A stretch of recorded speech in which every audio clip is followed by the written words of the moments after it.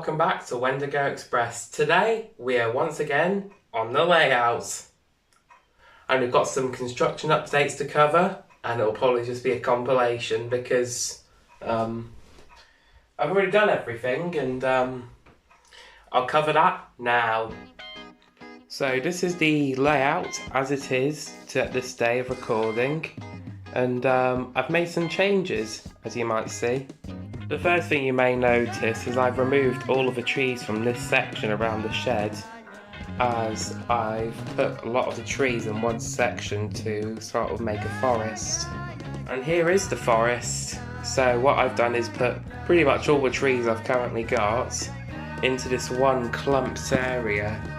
So it's like a much thicker area of trees, like a little forest, or to simulate one anyway. On this bit, I've put a lot of flowers on, just to give it a variation from everything else.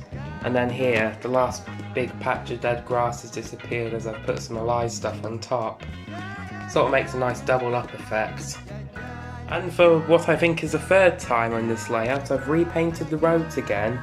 I've painted them as a lighter colour now, this time, because of all my times driving through small country lanes, it's always like this sort of light texture on the ground.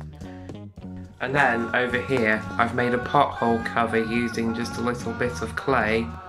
I think the effect worked quite well. And in a couple other spots you can also see some pothole covers, especially on the piece of darker, more industrialised tarmac over here, which I have kept dark because I think this road would be a little bit less well kept compared to the country lanes. Over here near the platform you can see I've put a big path in. It's just a nice country walk really. I'm not sure on this end if I could put some like picnic benches on perhaps. Yeah. I might expand it this way, I might not. I'll see how I go. Over on this end, not much change has happened. Well, I personally am quite happy with it and don't think it needs much changing at the moment. And here too. Not really much difference here. And of course you go to the forest and then... Oh yeah, the vehicles, I need to talk about those. I've added and changed a lot of the vehicles since we last looked at the layout. Like this tractor with a Mini and a Morris Minor following it.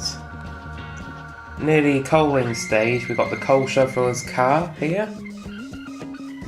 And then I've actually put fences on the crossing now so it looks a little bit safer, and a couple of vehicles waiting for the train to go by. We have a few vehicles parked up here now. Well, I've replaced another one in favour of these three, and that explains why there's a few people on the platform, giving a bit more life to the layout, you know. I think the updates really have given the layout a lot more life than it did before.